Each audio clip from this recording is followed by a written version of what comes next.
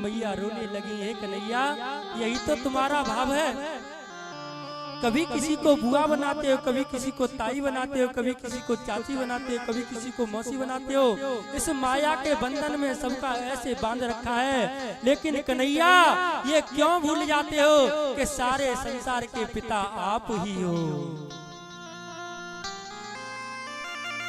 सारे संसार के पिता, सारे संसार के स्वामी, सारे संसार का नाथ कन्हैया तुम्हारे सिवा कोई दूसरा नहीं है। कन्हैया अगर देना चाहता है तो मुझे मेरे जीवन में दुख दे दे। आज जैसे ही कुंती मैया ने इतना सुना, कन्हैया की आंखों से आंसू निकल गए और कहते हैं, बुआ जन्म से लेकर के आज तक तेरे जीवन में दुख के सिवा क्या मिला है? तुम्हारा जन्म हुआ सूरसेन जी के यहाँ पर, वहां से तुम्हें कुंती भोज राजा ले गए।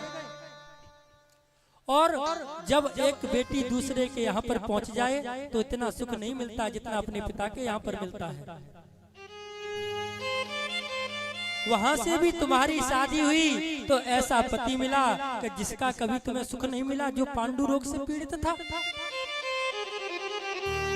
हे बुआ आज जब तेरे जीवन में सुख की घड़ी आई, तेरे पुत्र राजा बने, तो तुम फिर दुख मांगते हो। तो कुंती कहती है, हे कन्हैया वह दुखी ही है जिसके कारण आज तुम मेरे साथ में खड़े हो। क्यों? तब कुंती कहती है, क्या? हे कन्हैया सुख के माथे सिल पड़े, जो हरि हृदय से जाए, बलिहारी वा दुख की,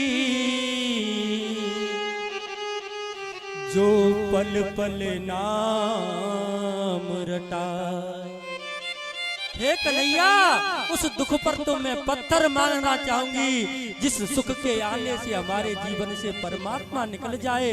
मैं तो उस दुख को बार बार प्रणाम करती हूँ, बार बार नमन करती हूँ कि जिस दुख के आने से आज मेरे जीवन में कन्हैया है।